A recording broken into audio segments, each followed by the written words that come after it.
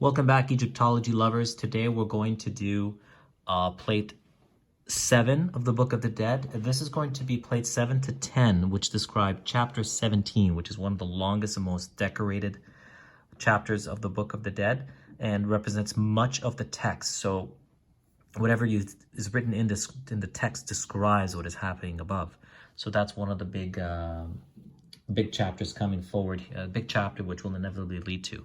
So let's go quickly to the description before we read the hieroglyphs.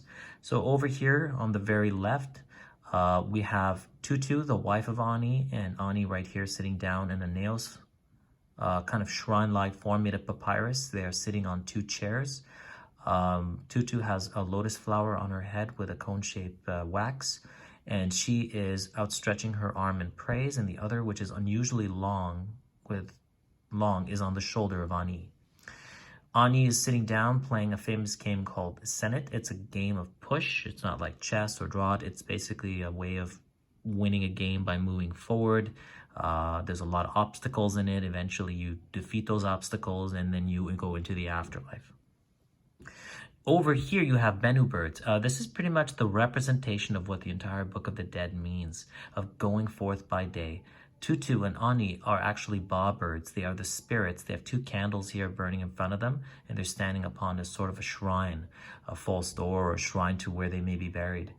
And this represents the spirit emerging after death and entering into the next life as a spirit. So this is the full representation of what the Book of the Dead really, really means. All right, so and then you have here an offering stand on both sides from here and there. And you have lotus flowers. Lotus flowers are very important for Egyptians. It represented the rejuvenation and rebirth. So very important symbology. On top here, you have a description of Ani, which means the Ba, the Osiris, or the Ba, the Osiris. So usually you would have Ani here with his name, but not in this situation. So this represents who he is, the Ba of Osiris. Now on both sides here, you have 2 lions. This is not the Ruti word, which is the double lion, but this actually represents the gods Shu and Tefnut. They are back to back, and they are holding up the Akhet sign of the rising sun from the hill, and the sky is on top, the pet above them.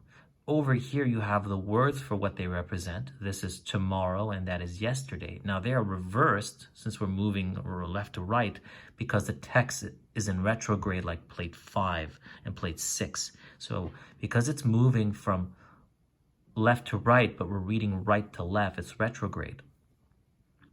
So, these are the representations of tomorrow and yesterday. In this case, Tefnut and Shu, but they are described as Atum. I believe they are described as, yes, exactly, Shu and Tefnut, and that's who they represent. Now, going forward here, we're going to over to the Bennu bird. The Bennu bird is very famous. It's in Greek thought it represented a representation of a phoenix bird rising from the ashes, but this is not the case. The Bennu bird actually rose out of the primordial mound when the mound arose from the earth, from the waters of chaos, and it actually brought the light with it. So much like Apollo bringing the sun every morning, the Bennu brings the light. And here is the name for Bennu, Bennu. So that's the word right there. All right, and then in front of the heron, you actually have another offering with a lotus flower for rejuvenation and life, so it can continue to come back from to rise again in the sunrise in the east, and bring the light with it. And now over here you have the final scene, which is a shrine-like tomb, which we've had before. All the offerings from plate 6 are here. They're being given to Ani for his afterlife, and there's a reclining bed of a lion, which you could see the lion's tail right over here, and he is basically mummified in his coffin. And over here you have nice little wind-like flags on top in order to demonstrate the wind and the air, that the spirit is hovering and moving.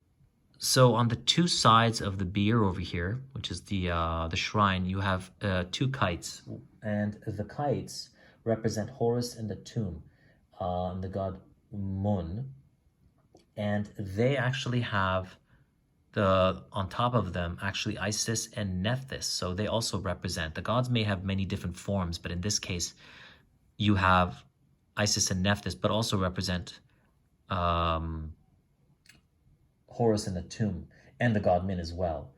And they are basically standing on the side here and basically protecting the shrine. Also, they're very well known, these raptors whose plaintive cries made while hovering were interpreted by Egyptians as the sound of mourning. So when they flew in the air, they made noises when they flew in the air. So there you go. So that's pretty much the description over here. And we're always moving left to right throughout the scenes from now plate 7 to plate 10. And we'll continue to do so until plate 10, and then change gears and explain to you what's happening in plate 11. All right, thank you for this explanation. I hope you enjoyed it. Now we're going to start by reading the text, and we're going to start over here on the left on the very top and work our way down and continue all the way to the right to the very end. So stay tuned for that. All right, we're going to start reading the text starting from here on the left. And it says, "Here begins the praises and recitations of going in and going out from the God's domain. Having benefited in the beautiful West, going out," continues over here, "going out into the day, and in taking any shape," the word taking is in there, but we have to assume it, "and in taking any shape or form in which he desires, playing at Senate," so you have them over here playing at Senate, "and sitting in the booth." So you could see sitting in the booth and playing Senate right over here. It's describing what's happening.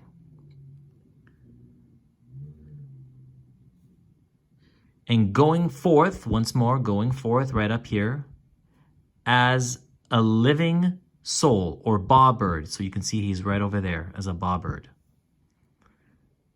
Continuing now here, "word spoken by the Osiris scribe Ani.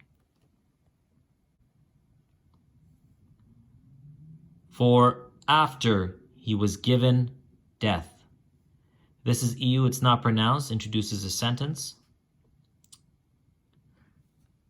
"It is beneficial to him who has done it upon the earth. Now come into being all words. I am Atum.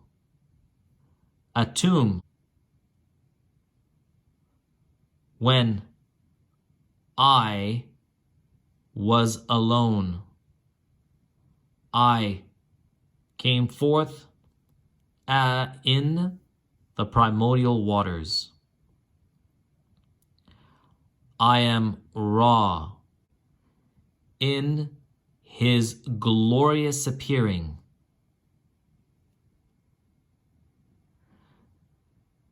When he began to rule what was made. This here provides a new sentence. Not a new sentence, but puts a question forth. It says, what does it mean? It means this Ra, when he began to appear in the town of Nenessut, which is Heracleopolis, Nenessut, as king, and as the supporters of Shu had come into being. This section here has come into being.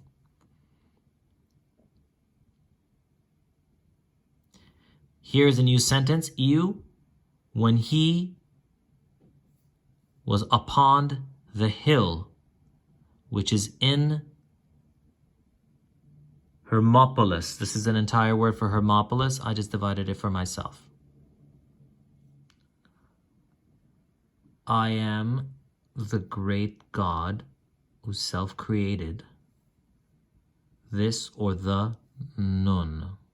So the God who created himself.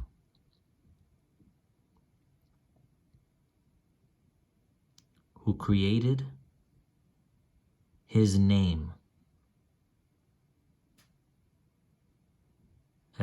as God of the Aeneid. Again, what does it mean? What does it mean? It means that this Ra created the name of his members and coming into existence of those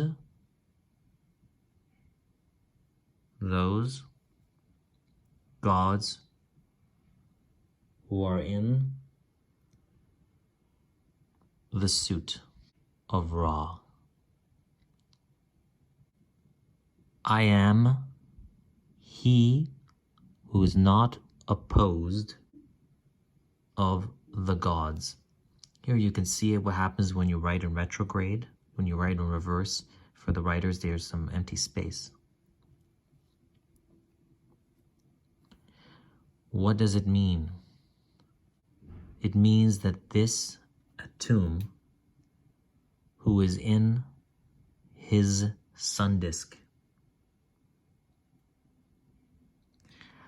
otherwise said, this Ra, when he rises in this eastern horizon of the sky,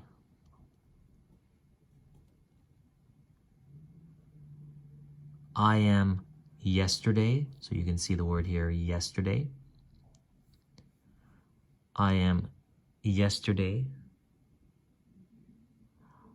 I know tomorrow.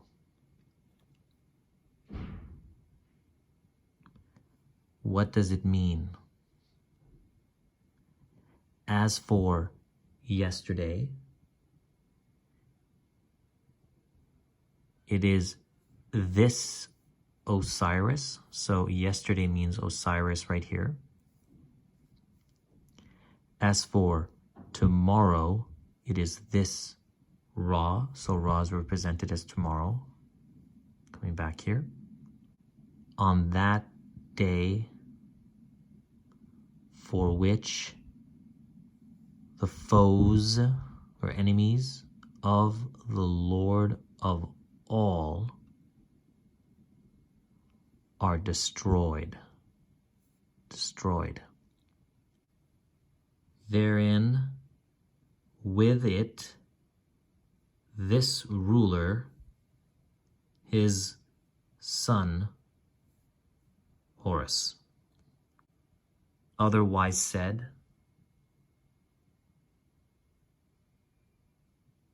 that is the day of the we remain festival, when this burial of Osiris that was ordered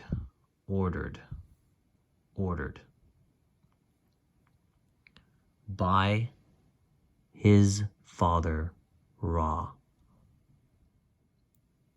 The order that was made by the gods in accordance with my commands. The Osiris as Lord of the West.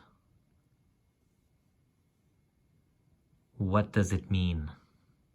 It means that this West, this was made for the souls of the gods. in accordance of Osiris.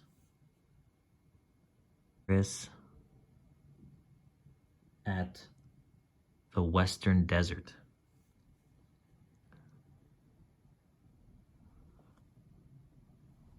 Otherwise said,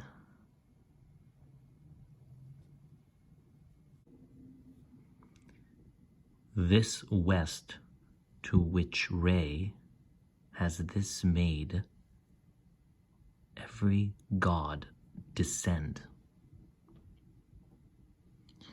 and he fought. The word continues from this column to there. Fought. The two for it, or the master of secrets. This is 𝑓, a word that is not pronounced.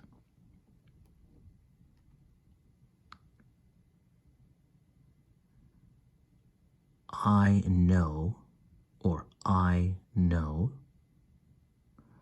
of that God who is in it. What does it mean? It means that this Osiris, otherwise said, his name is Ra. This command of Ra in self-copulating, I am that Bennu bird. The Bennu bird is over here. You see the same name, Bennu bird, Bennu bird.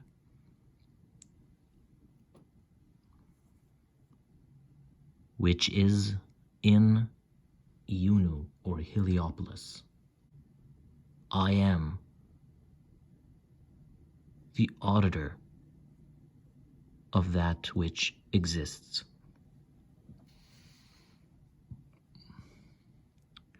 What does it mean? What does it mean continues here? That this Osiris, otherwise said, this be his corpse, otherwise said.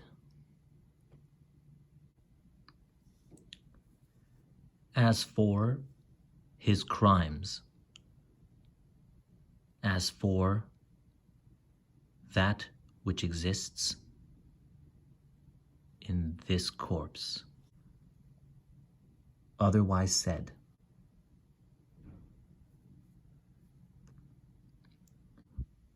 for this eternity,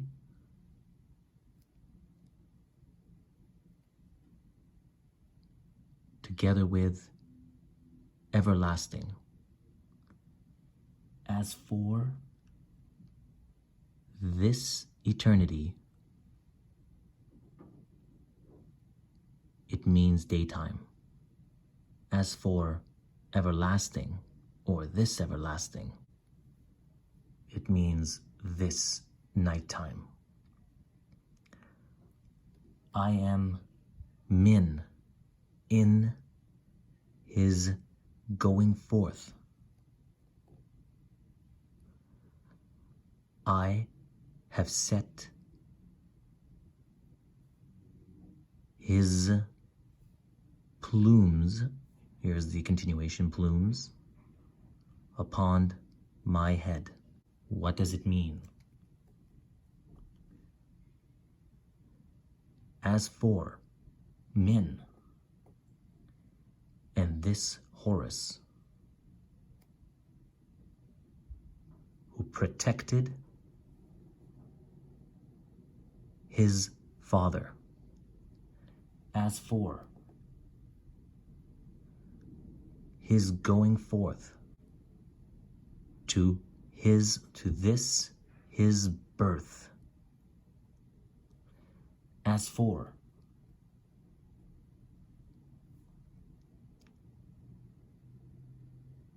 his plumes continues here, on his head. It means that Isis, together with Nephthys, departed or went you put him before or upon, that's the same word up here, his head. When you existed as the two kites, and you pulled him or pulled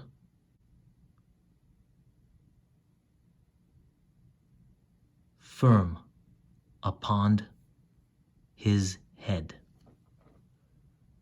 Otherwise said, this great 𝓿𝓼�𝓌, the serpents that are put on the crowns, which are in or on your father's head.